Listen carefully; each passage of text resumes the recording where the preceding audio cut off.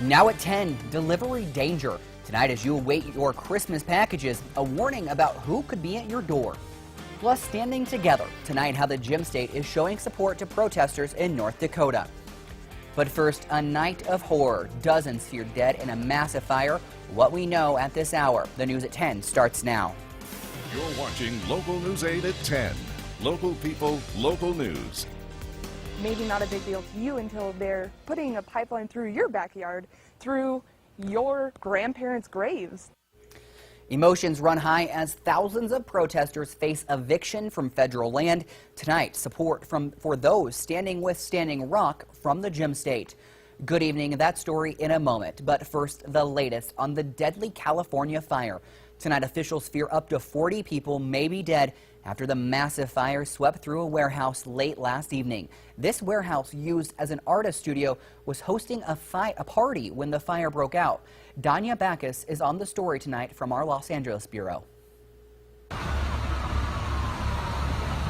Thick plumes of smoke and flames turned a warehouse party in Oakland into an inferno Friday night. Witnesses say it happened fast, burning in mere seconds. Bob Muley, one of the lucky few to make it out, tried to rescue a man calling out for help. I was pulling him out. He's a larger gentleman, and there was a lot of stuff in the way. The flames were too much. It's too much smoke.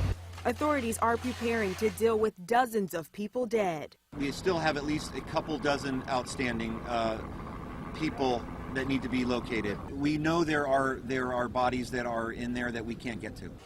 A majority of the bodies reportedly found on the second floor. Pictures from before the fire show art studios, mannequins, carpets, and furniture inside. Officials believe the victims became trapped when the only way out, a makeshift stairwell constructed with wooden pallets, was overtaken by flames. So much debris, it's hard for them to get inside. There's beams, there's all sorts of wreckage and debris that we have to maneuver through. The warehouse known as the Oakland Ghost Ship, a gathering of artists, some even living inside. Investigators now calling it a crime scene until they make sense of what happened. Danya Backus reporting. Officials say there is no reason to suspect arson and say that the building had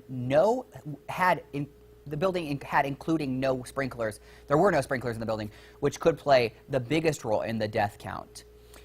A developing story out of Massachusetts where another large fire is burning. This fire in Cambridge so intense at least one building has collapsed. The fire has spread to at least 3 other buildings. Firefighters evacuated dozens of homes near the fire. Several cars parked in the area have also burned. The building where the fire started was under construction. Our other big story tonight, support from the Gem State making its way to thousands of protesters in North Dakota.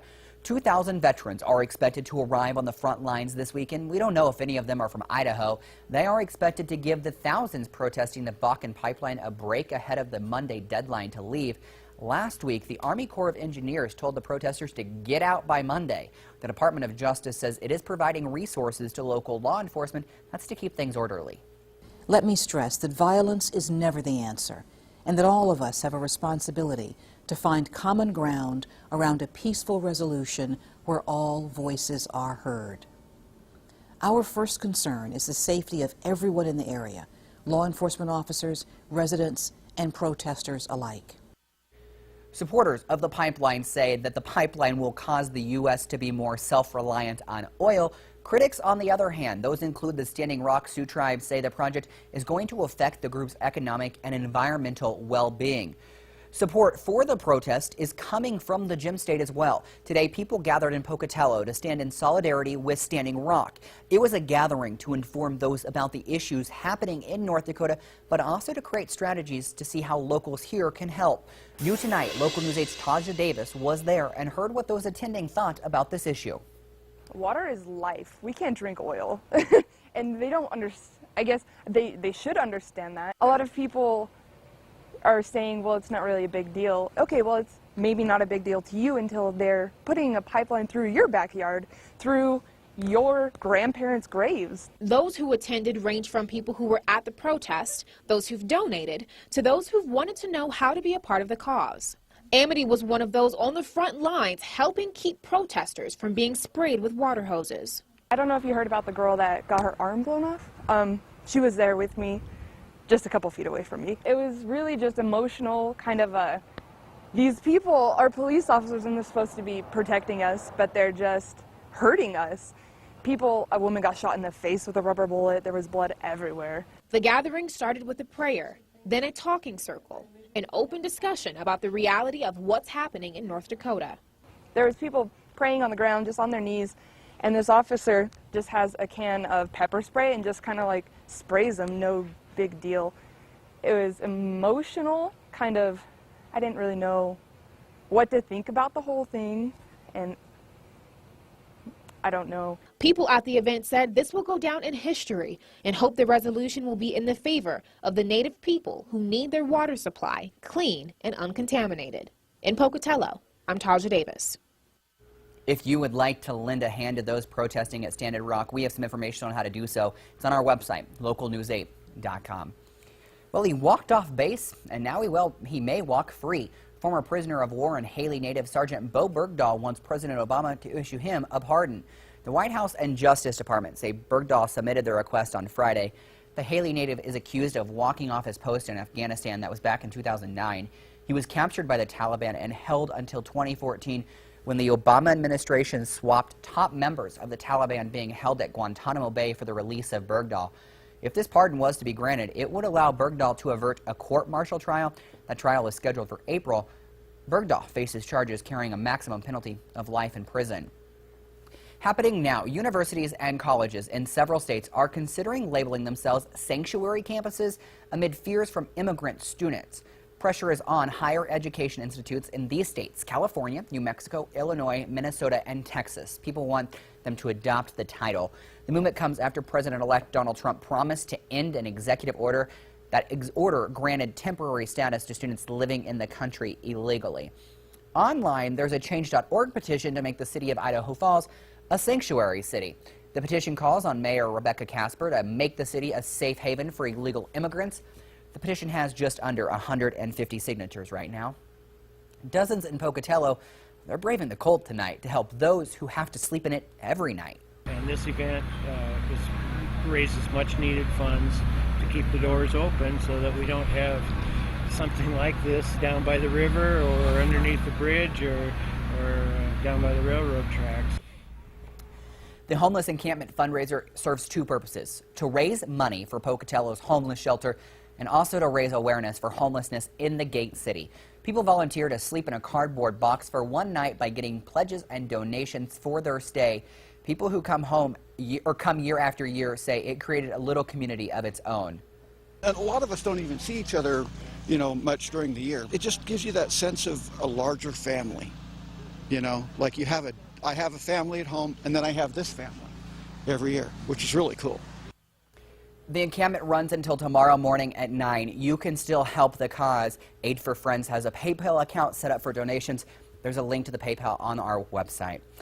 And Chris Nespin, they are braving some pretty cold temperatures tonight, and it's only going to get worse. Yeah, we've got a storm coming in, so we're talking snow, and then we're talking after the storm, cold, very cold temperatures. I mean, right now 30 degrees in Idaho Falls is not too bad, at least for this time of year. We're talking a good 30 degrees cooler, sub-zero in some cases, what we're seeing. And you can already see the storm that will be moving into the Pacific Northwest. We'll be talking more about the storm coming up, as well as how cold it's going to get and when our next storm after this one comes in. Chris? Let's talk some politics now. Idaho voter turnout hit record numbers during last month's presidential election, beating the record set back in 2012. The Idaho Secretary of State's office showed nearly 711,000 people voted on Election Day. That's more than 3/4 of the state's registered voters. Over in Bannock County, more than 34,000 people came out to vote. That's around 85% of registered voters in the county. Meantime, Donald Trump at the center of a diplomatic controversy. The president-elect turning decades of protocol upside down with a 10-minute phone call with Taiwan. The latest on the phone flap from ABC's David Wright. Tonight, the 10-minute phone call with global repercussions. China! What China's doing to us is horrible. Having provoked China plenty out on the campaign trail, Donald Trump broke with 4 decades of U.S. foreign policy by speaking with his Taiwanese counterpart. The president of Taiwan called me today to wish me congratulations on winning the presidency, he tweeted. Thank you. But ever since Nixon, the U.S. recognizes one China, the People's Republic, which considers Taiwan to be a breakaway province. Today, Beijing lodged an official protest. Uh-oh, tweeted former Bush press secretary Ari Fleischer, I wasn't even allowed to refer to the government of Taiwan. China will go nuts. It's probably time we get a Secretary of State nominee on board, tweeted Democratic Senator Chris Murphy, preferably with experience, like really, really soon.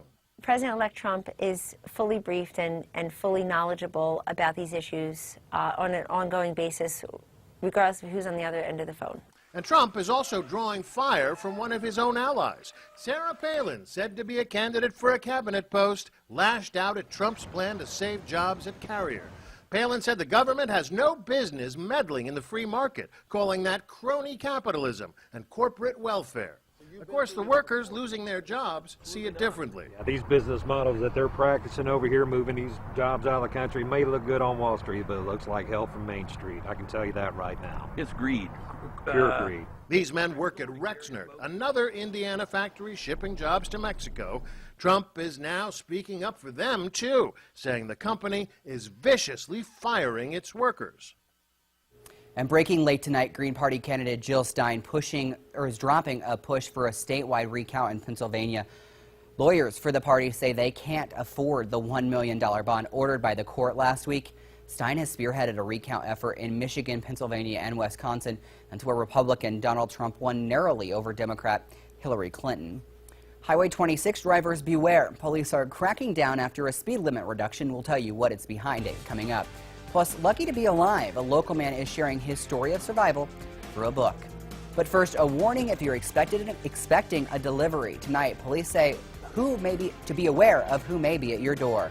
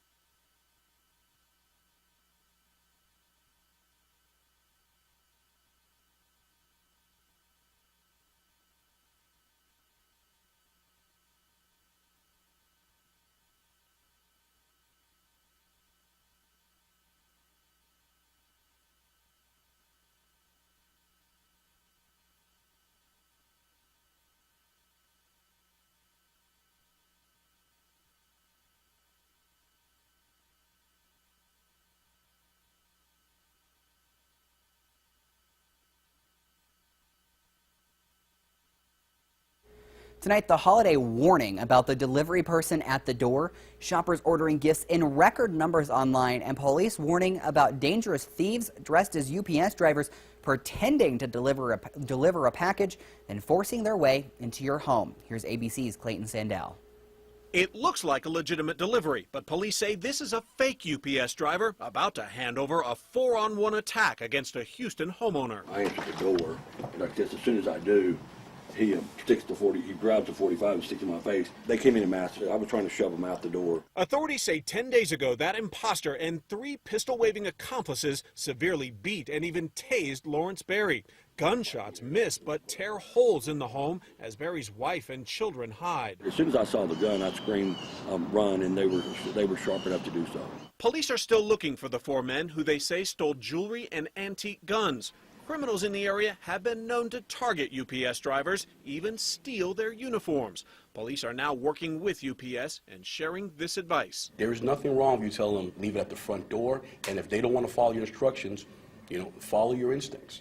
And UPS has some advice. They say you can always look for that familiar brown truck, the handheld computers that the drivers use, and they say you can always ask those drivers for ID. Clayton Sandell, ABC News, Denver. A reminder this evening to Highway 26 drivers. The Idaho Transportation Department has lowered the speed limit on an 11-mile stretch of the highway. The reduction from 65 miles per hour to 45 miles per hour is between Highway 48 and Ryrie. The change comes after hundreds of drivers complained about flying rocks damaging their cars following a chip seal project. The contractor who did the project, HK Contractors, says that it's looking into the problem. For the time being, though, HK has crews sweeping the rock off the road. ITD says it does not know how long the speed limit will be reduced. New at 10, the miracle of a former Blackfoot man, now the subject of a book. The book is called After the Miracle, the Cody Palmer Story. They just decided to tell my story in hopes that we could help inspire other people to, even when times get tough, don't give up. In 1999, a car accident almost took Cody's life. The family says through faith, prayer, and medicine, Cody survived. Unfortunately, he had a hidden hemorrhage in his brain that caused him to be later declared brain dead. Doctors told the family to take him off of life support, but they didn't listen, wanting to give him a little more time. Cody woke up 3 months later. I had to work extremely hard, and because of a great family, I owe them 99% of the credit. I was able to get up out of a wheelchair and walk and talk again. The book is available on Amazon.com. For a link to it, you can visit our website, localnews8.com. And looking for a fun and wild place to send your kids during the holiday break? The Idaho Falls Zoo is hosting its 16th annual winter break classes. This is for ages 5 to 13. It's happening from December 20th through the 22nd. Kids will learn about the science of snow and will explore the worlds of animals that live in the cold. Registration is now open for the winter break classes. To register, search for this article on localnews8.com. Chris Nessman, it's cold. That's all I've got.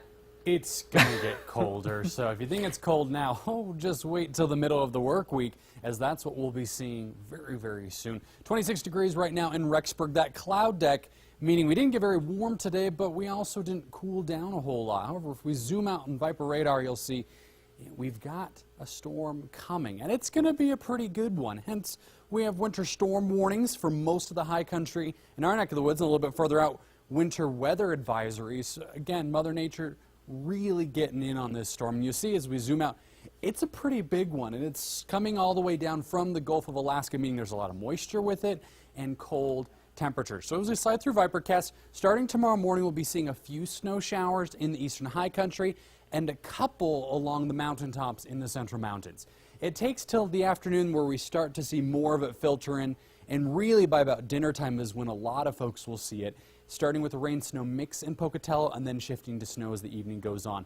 By the time we move into Monday, it clears out and things don't look too bad on Monday, but then we have another storm that comes in on Tuesday. Now, Tuesday's storm is going to be fairly small, very light, nothing like what we're seeing tomorrow. So again, decent snow totals, 1 to 3 inches Snake River Plains, not big, 3 to 8 inches in the Mountain Valleys, decent, 8 to 15 inches above 7,000 feet. Those are some good totals. Great for water, great for skiing. Tonight's lows, tomorrow's highs, not a big difference. Again, the cloud deck sticking around doesn't allow the heat to escape, but again, doesn't allow a lot of heat to move in either. And you look at the daytime highs, notice the big drop come the middle of the week. It gets cold. So the 21 for low in Chalice, it's going to be warmer than what we'll be seeing come midweek. Rexburg, not a bad day tomorrow. Again, scattered snow showers mainly starting in those afternoon hours. So if you have to drive somewhere tomorrow evening, make sure the tires are pretty decent, as that's when the storm is going to be the worst. Moving towards our extended forecast, we take a look. The biggest thing you'll notice is those overnight lows come middle of the week. How about 2 below Tuesday night into Wednesday, another around Wednesday into Thursday. So you add the moisture and those extra chilly temperatures, fog, freezing fog will be a factor come the middle of the week. So it's going to be chilly. So when you drive out, make sure you have a blanket or something in the back of the car, because if you get stuck, your car can get cold very, very quickly. So, basic winter precautions. And the mountains, just downright frigid. 9 below in Jackson for your Wednesday morning forecast. Thanks, Chris. The Highland boys basketball team looked to claim their first win of the season. Julia Cox will tell us if they were able to do it. That's next on Sportsline.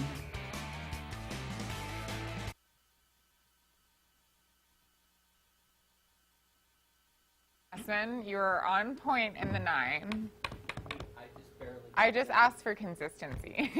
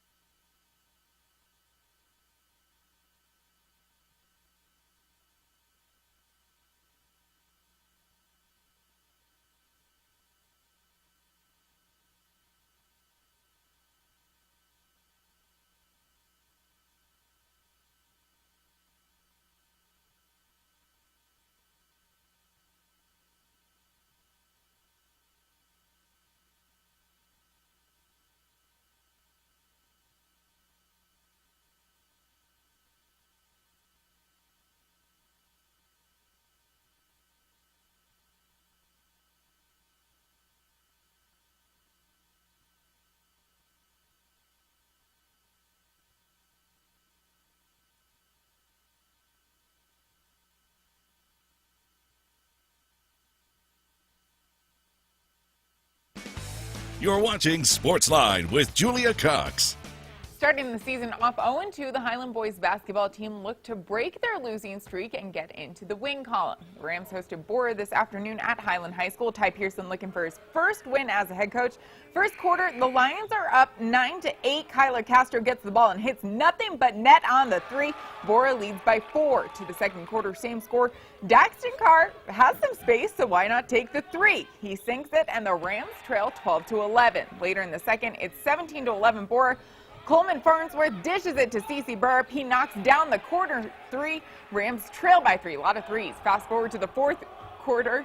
The Rams lead by 3 with about 3 minutes to play. Castro kicks it out to Ellis Magnuson, and he hits the tray ball, and we're tied. Highland comes right back, though, as Carr hits the 3, pulling Highland ahead 53-50. Fast forward to the fourth. Highland leads 57-54, less than 10 seconds to go. Bora needs a 3. They kick it out to Castro. No good. The Lions get the rebound, and they get it to Magnuson, and he hits it at the buzzer. So we're going into overtime, but in overtime, the Lions were too much for the Rams to handle. They win it 69-61. Highland remains winless on this season. And over to some high school scores now. Madison beat Boise 67-52. Hillcrest beat Skyridge 80-72. Sugar Salem beat Marsh Valley 53-50. And for the girls' high school scores, Bonneville defeated Brighton 51-36, and Rockland beat Clark County 51-21. Over to college hoops, Idaho State lost to Cal State Northridge 79-76 on a buzzer beater. Tough break there. The women were also in action tonight. They lost to Colorado 85-56 in Boulder. And last night, a local bull rider cashed in on a bull that's never been ridden before, named Uncle Jerry. Garrett Smith, a professional bull rider out of Rexburg, won $18,192 last night in the Wrangler National Finals Rodeo. Smith rode him for the 8 for a score of 87. He is currently tied for second place. Smith said he didn't know much about the bull. He had seen a couple of videos of the bull, but he went on to say that a lot of people actually thought that they would be a good fit together. Smith is currently sitting in 5th place in the world standings. To college football now. Could Boise State be searching for a new head football coach soon? According to Bruce Feldman of Fox Sports, Broncos head coach Brian Harsin interviewed with Oregon Athletic Director Rob Mullins in Dallas this week. The Oregonian is also reporting that Mullins has interviewed USF's Willie Taggart, and he will be interviewing Western Michigan's PJ Fleck, and it's possible that he will also meet with Ohio State defensive coordinator Greg Schiano. Since taking the head coaching job in 2014, Harsin is 31-8 overall and 18-6 in the Mountain West.